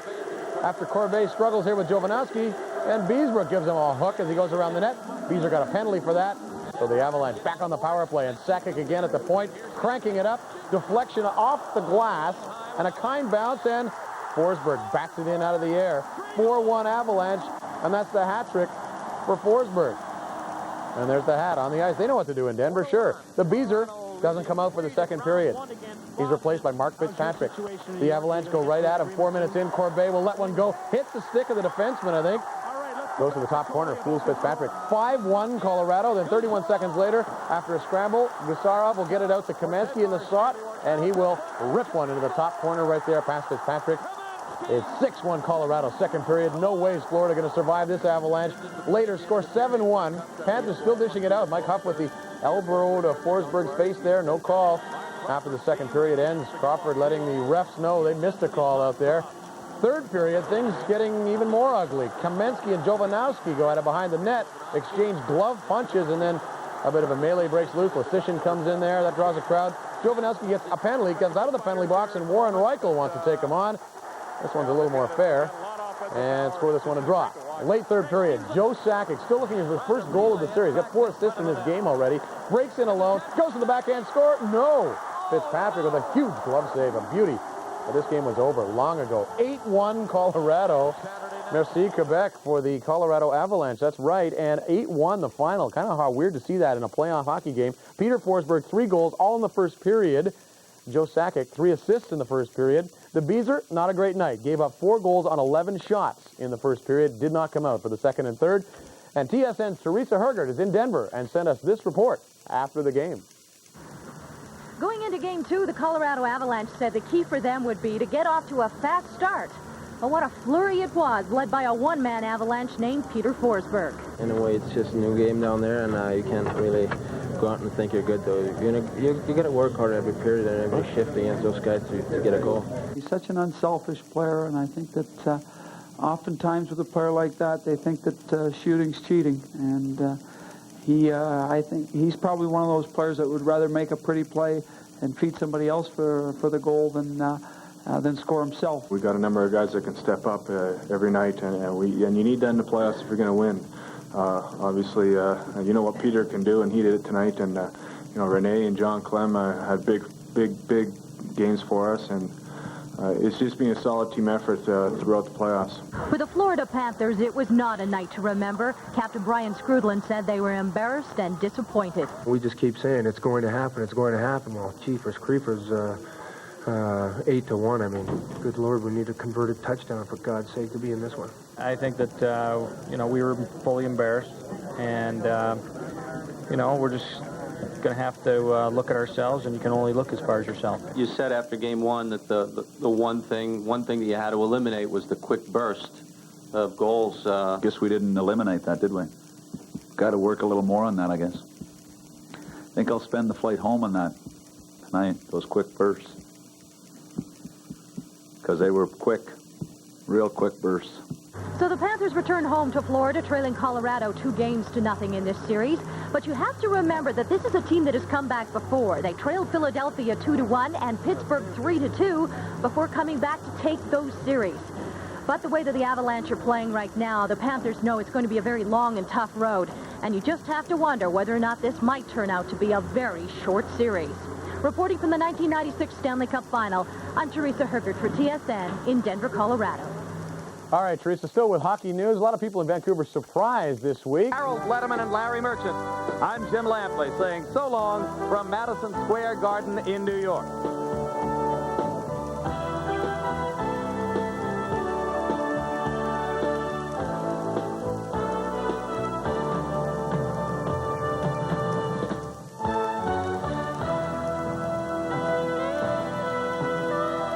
This has been a presentation of HBO Sports, the network of champions. This is TSN.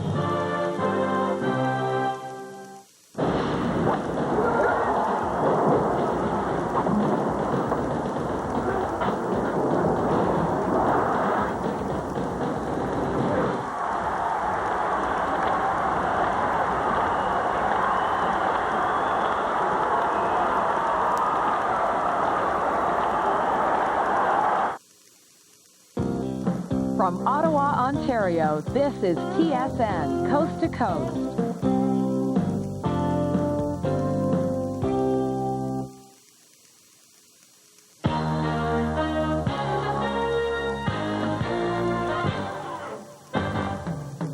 Ahead on TSN Sports Desk, Captain Colorado and the Avalanche inch closer to drinking out of Lord Stanley's mug. Believe it or not, the Breeders' Cup looks like it's coming back to Canada, while the third jewel of horse racing's Triple Crown is run at Belmont. Guzman returns to action for the Jays deep in the heart of Texas. Steffi looks to continue her Grand Slam dominance in Paris, and the Indy cars are ready to roll in Motown. So let the celebrations begin, because TSN Sports Desk is coming up next. Hi, and welcome to Sports Desk. I'm Rod Smith. The Stanley Cup Final made its first visit to Florida Saturday night, with the Panthers hoping their rat-infested home could turn around what really has been a one-sided series so far. In the first two games of this best-of-7, Colorado scored in avalanches to win both games with ease, but Florida was counting on the change of venue to make a difference. But the most notable difference heading in, Colorado's answer to the Rat Patrol, Claude Lemieux, back after a two-game suspension. Yes, call pest control. He is back, and what better way to prove that you're a pest by scoring the first goal of the game. Fed in front nicely by Kamensky. Claude Lemieux bangs it in and gives Colorado a 1-0 lead. Good atonement for the suspension, although some believe, of course, it should have been a little longer than 2 games. Rats in hand. They want to start throwing them soon. Ray Shepard gives them a chance here. To Martin Straka, who gives it back to Shepard. Goes 5-hole. on Patrick Waugh, and here come the Rats by the bushel. Down on the ice, Wayne Huizenga, Jack Nicklaus. Yeah, Jack Nicklaus. Nobody yelled 4 when they threw that rat. 4-minute cleanup time, though. 2 minutes later, more Rats. Long lead pass to Scott Mellenby. Waugh gives up a huge rebound. Rob Niedermeyer tucks in his first goal in 10 games. It is 2-1 Florida. Colorado comes out flying in the second. Delayed penalty. Mike Keane decides to shoot it. Deflects off Ed Jovanovski and in. And it's 2-2, and just 1:22 later. Talked about Colorado scoring in bunches. Joe Sakic gets it, and he will go high glove side. Just a beautiful shot here to beat John Van Beesbrook and make it 3-2 Colorado, his 18th of the playoffs. And Colorado 53-3 when leading after 2 periods, largely because of this guy. Waugh, unbelievable here on Scott Mellenby. Look at him get across, just get the pad on it. Much to the disbelief of Brian Murray and President Bill Torrey. Thought that game was tied, but no. Waugh and the Avalanche on the brink of winning the Stanley Cup for the first time in franchise history. 3-2 the final, and a 3-0 series lead. All the Panthers' goals in this series have come in the first period. That's been part of their problem. Only one team, by the way, the 1942 Toronto Maple Leafs, have rallied from a 3-0 deficit to win the Stanley Cup. We have more from Florida now. Let's join TSN's Teresa Hergert. The Colorado Avalanche have taken a commanding 3-0 lead in this series for many reasons. The play of Patrick Waugh, Joe Sakic, just to name a few. But once again, the biggest thing that stands out is their incredible dominance in the second period. So far in these playoffs, they have outscored their opposition 40-20 in the middle frame, and that includes tonight's 2 second-period goals, including the game winner by Joe Sakic. Had the legs going down the right side, and Adam Denmark made a perfect pass to me, and I just went in and cut in front and shot it high, and fortunately it went, under the bar rather than over. Obviously, without Joey, we wouldn't probably be here, but I've experienced that, in 1 year it's one guy, another year it's another, and the strength of our team is that the 20 players that dress will get the job done. What can I say more than, for Joe Sakic, he's been unbelievable throughout the playoffs for us, and he came out big again tonight. The Florida Panthers have now moved 1 game closer to a quick exit from this year's Stanley Cup final. Despite peppering Colorado goaltender Patrick Waugh with 34 shots and pressuring the Avalanche all night, they just couldn't pull out a much-needed win. We had to expect them to come out stronger, especially, we read about their comments. They were disappointed. Plus, we got to admit their fans were really cheering for them, and they were really excited about what they've done. I don't think there's going to be any quit in this room. We've got, a lot of pride, and, we're a team that comes to battle hard, and I thought tonight we battled hard, and we'll just have to come back Monday and do the same thing. We certainly left everything out on the ice tonight. We came out and we gave it our all, and we just didn't get the bounces on Patrick, and he played a great game. He made some key stops, and we're just going to come out with hopefully a better effort next game. Only one team in the history of the NHL has ever recovered from a 3-0 deficit to win the Stanley Cup, and that was the 1942 Toronto Maple Leafs. The Florida Panthers are clearly on the ropes, as the Colorado Avalanche are now just 1 win away from bringing the city of Denver its first ever professional sports championship. Reporting from the 1996 Stanley Cup Final, I'm Teresa Hergert in Miami, Florida. All right, thank you, Teresa. Now, for a while, it looked like a classic case of closing the barn.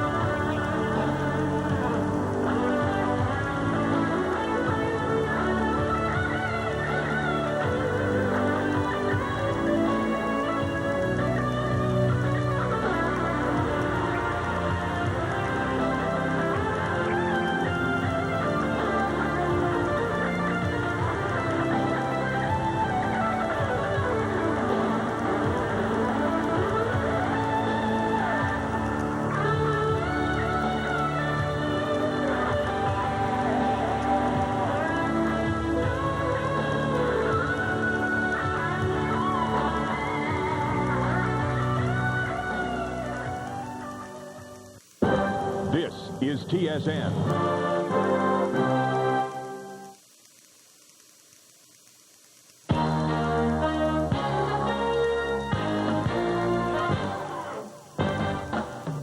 ahead on TSN Sports Desk. Sakic held it in. Still held in. Uwe Krupp shot.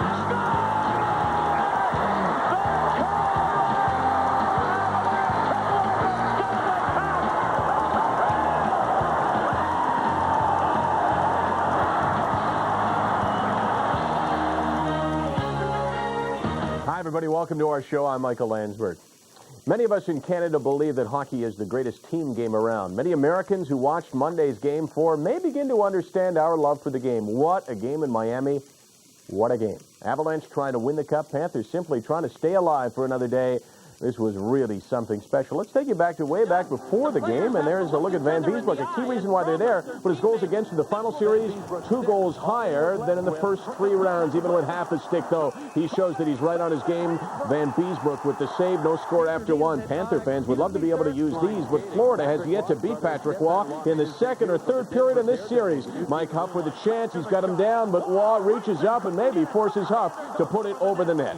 We're used to seeing this playoffs leading scorer Joe Sakic on his off wing. Watch the shot, the save. Reichel lands on the lap of Van Beesbroek. Violent collision. Van Beesbroek lay down for a time. He did get back up, and boy, was he ever awesome from there on out. Stu Barnes then with a shot on Mike Ricci. Ricci not going to retaliate. He says, I'd love to get him, but next year he draws the 2-minute penalty. And Forsberg with a nifty move on Karkner, but once again, Van Beesbroek right there to make the save. After 40 minutes, Gary Bettman's still not sure if he'll be presenting the cup. Still rehearsing the speech, going over it. Let's see if he has to present it. Well, you know he likely did. It does not slow down the Avalanche. 3-on-1. Stefan Yell, interesting choice, elects to shoot. Doug McLean can't believe his team gave up the odd man rush with a power play. Under a minute left in the third. Waugh makes the first save. Ray Shepard at the side of the net can't get it to go, but it hits the net, and American fans figure it's in the net. They throw the Rats down. That forced them to delay the game. It may have taken some of the momentum away from the Panthers. They were really rolling, going to overtime. The puck springs loose to Ozolinsh. It opens up wide for him. Ozolinsh in, but there is an incredible save by Van Beesbroek. You're watching, you're saying, these guys are saying, can't get any better than that. Well, watch it here. Forsberg with a feed to Ozolinsh across Van Beesbroek. You got to be kidding. Another incredible save and more confrontations. This guy, dead asleep. He's not awake for this. He's never going to be awake. Watch the move here. A beauty by Kamensky. There's the shot, and off the goalpost, it stays out. More good fortune here. Deadmarsh with a shot. It stays out. Then Paul Laus keeps it out. Go 4.5 minutes now into the third overtime period. It goes back to Krupp, and Krupp with a long, harmless-looking shot, but the screen was on, and it's over. The Colorado Avalanche in the third overtime period. There's a shot from McNichols Arena. Win the championship. The Colorado Avalanche, in their first year in Colorado, do it, and they do it in the third overtime period, the third longest game in Stanley Cup Finals history.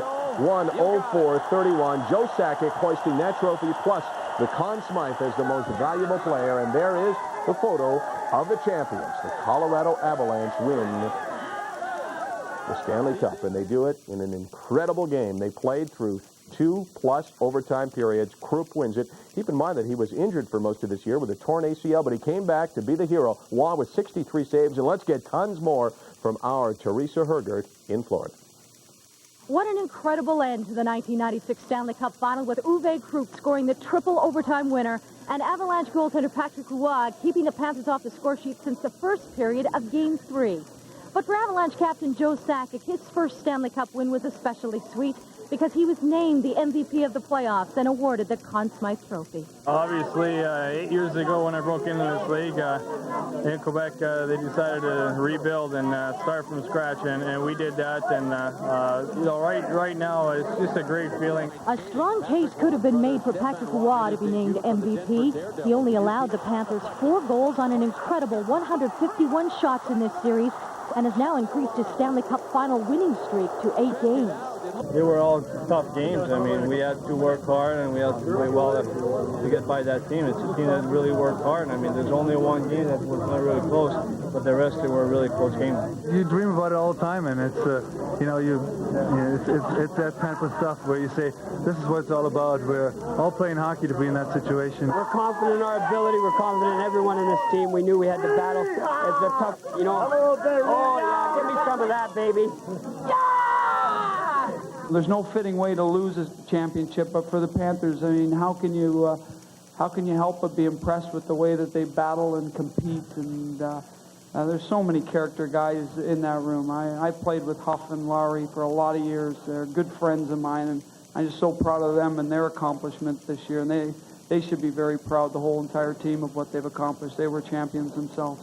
I feel really proud of what I feel, and feel that they've played as hard as they're capable of playing, and you appreciate an effort like that to end the series. Obviously, we would like to have won the game, but I really appreciate the effort that they gave, and that's the same as it's been all year. This is the type of team that works hard for everything it gets, and we just couldn't get anything but into the Stanley Cup Finals, and we fought hard. I don't think that there's a guy in that room that I'm not proud of personally, and there's not a guy in that room that I wouldn't want on my team any day of the week.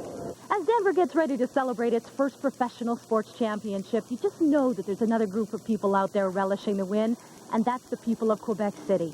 They may have lost their hockey team to Colorado, but they certainly didn't lose the hearts of many of the Avalanche players, because following their big win, several of the players dedicated it not only to their new home in Denver, but to their old home as well, and the people of Quebec. Teresa Herger, TSN, Miami, Florida. Thanks, Therese. Great job in the playoffs, and a great job for this guy. No ordinary Joe. You bet. Joe Sakic wins the Conn Smythe Trophy. And why did he win it? The leading scorer in the playoffs with 18 goals. That's one short of the NHL record. He only had one in the finals, so it wasn't that he won it for them, but he certainly got them there. He had 4 assists in Game 2 as well. And an NHL record 6 game-winning goals in the playoffs. Joe Sakic is probably the biggest reason why this was the scene in Denver on Monday night. Denver winning a championship in its first season. They're the first team to win a championship in its first year in a new city since the Washington Redskins in 1937. The first professional championship for the city of Denver. The Broncos tried 4 times in the Super Bowl. Couldn't do it. The Nuggets haven't been close, but the Avalanche have done it. They are the champions. Still ahead on Sports Desk, the All-Canadian CFL gets its preseason play underway. Well, the Expos look to squish the fish at the Big O. Could they do it? And we'll give you both kicks and saves from the European Championship. Drugs. Some of the big kids do them. So it's tough for us younger kids to say no. But my mom and dad helped get this DARE anti-drug program in our school. It's run by specially trained police. Now we're saying no to drugs.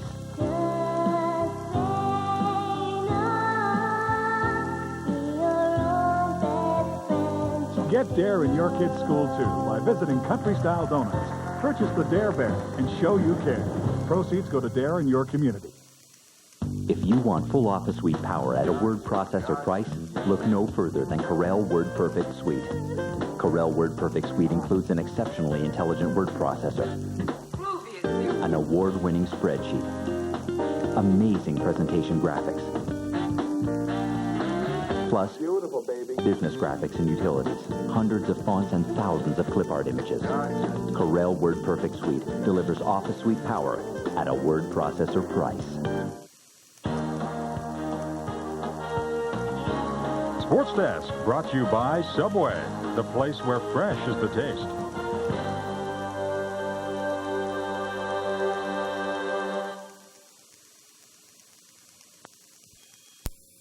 Teletype and national television. From one end of the country to the other like that. 4,000 miles of microwave link instead of thousands of tons of copper wire. Yes, but $50 million, Mr. Oh, my. They also laughed at my experimental TV 20 years ago. Maybe they were right. But a single system for television and for telephone, that's the future. We're with you, Tom. I don't have the people. You hire students. Train them. $20 million more, Tom.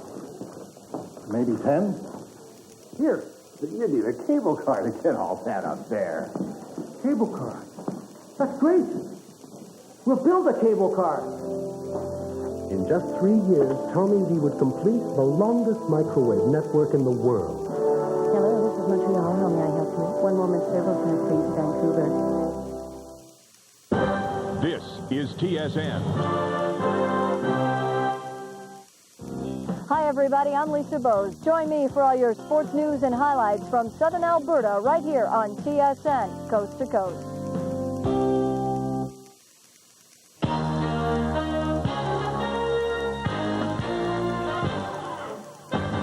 Ahead on Sports Desk, trouble for Marge Schott. Major League Baseball is set to come down hard on the controversial Red Zoner.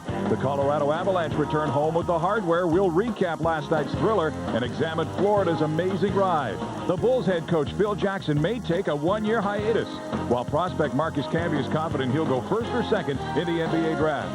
At Euro 96, the Italians look to kick the Russians around, and we'll flash back to the past with number 4, Bobby Orr. So drop in if you have a sec. Sports Desk is next. Hi, everybody. I'm Jim Van Horn. Welcome to the early edition of TSN Sports Desk for this Tuesday. We're glad you're with us today. TSN has learned the Executive Council of Major League Baseball, led by Acting Commissioner Bud Selig, is expected to release a statement on Wednesday announcing the suspension of Marge Schott from day-to-day operations as president of the Cincinnati Reds. Schott is expected to be suspended through at least the 1997 season, and some in baseball are pushing to have her suspended through the 1999 season when her partnership agreement to run the Reds expires. To assure that Schott does not run the club through her own hand-picked replacement, the Executive Council is expected to name an interim president of the team. Two candidates who have been mentioned are Mark Sauer, current president of the Pittsburgh Pirates, and Richard M. Brown, former president of the California Angels. Schott is not expected to relinquish ownership of the club. It is expected that she will be allowed to attend games. However, she will not be permitted to participate in any decision-making involving the club, nor represent the club at any National League or Major League meetings. Schott has not and will not fight this decision. To hockey now, the Colorado Avalanche won their first ever Stanley Cup last night. The franchise that had been building for 17 years in Quebec City won the hardware 1 year too late for Quebec fans, but in Denver, it was party time for the city's first professional sports championship. This was the scene at Denver's airport early this morning. Joe Sakic and the rest of the Avalanche arrived in Denver with the cup in tow at about 6:20 Mountain Time, just as the sun came up in Colorado. Fans waited patiently for up to 7 hours to catch a glimpse of the team, and about 100 fans got the opportunity to touch Lord Stanley's mug themselves.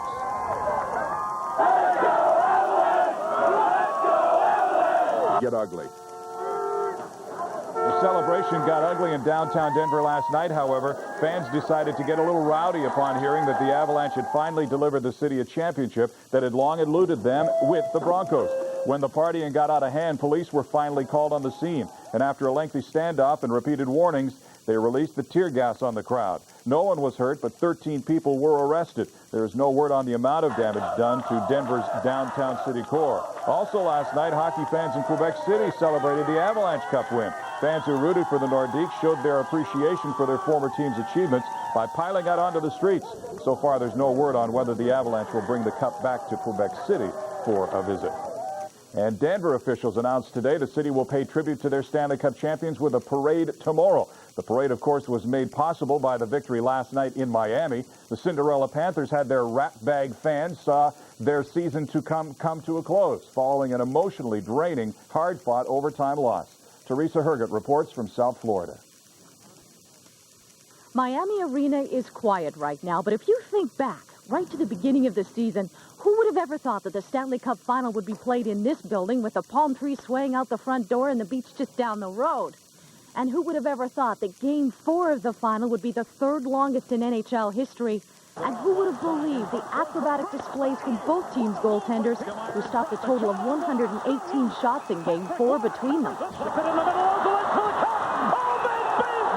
That was a great game. I mean, John played outstanding out there, and he made some unbelievable saves, and it was important for me to stay focused and try to keep making a good save until I could.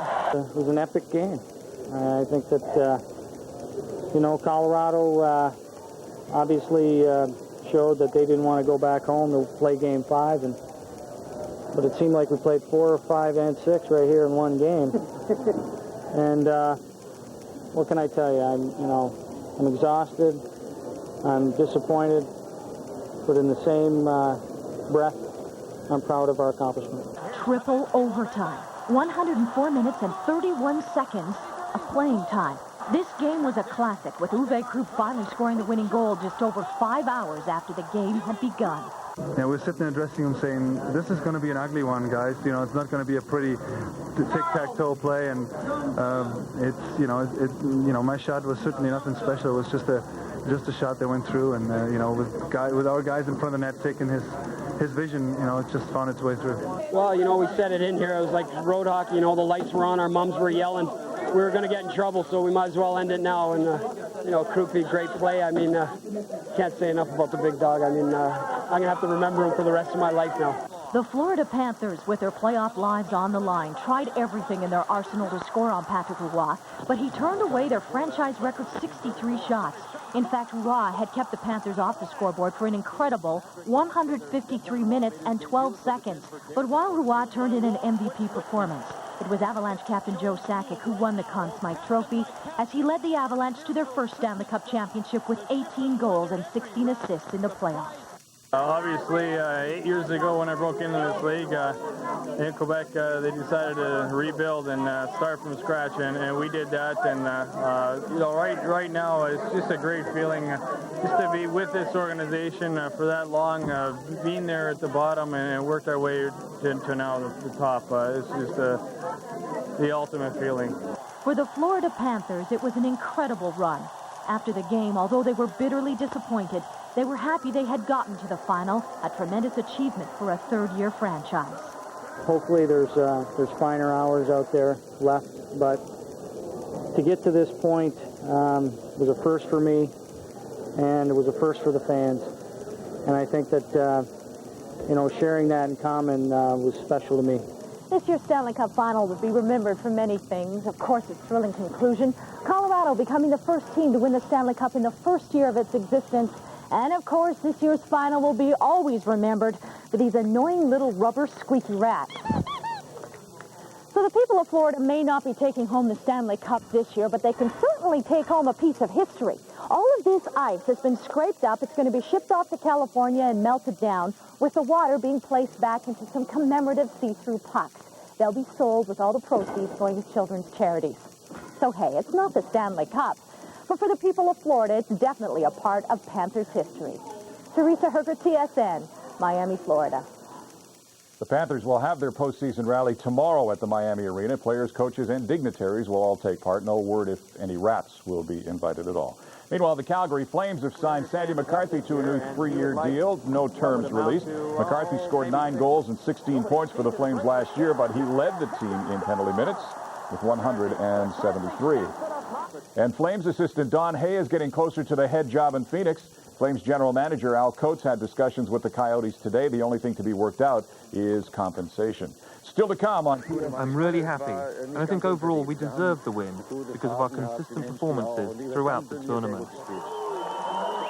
So Germany equal Australia's 6 wins in the Champions Trophy, and now a second consecutive Olympic gold beckons.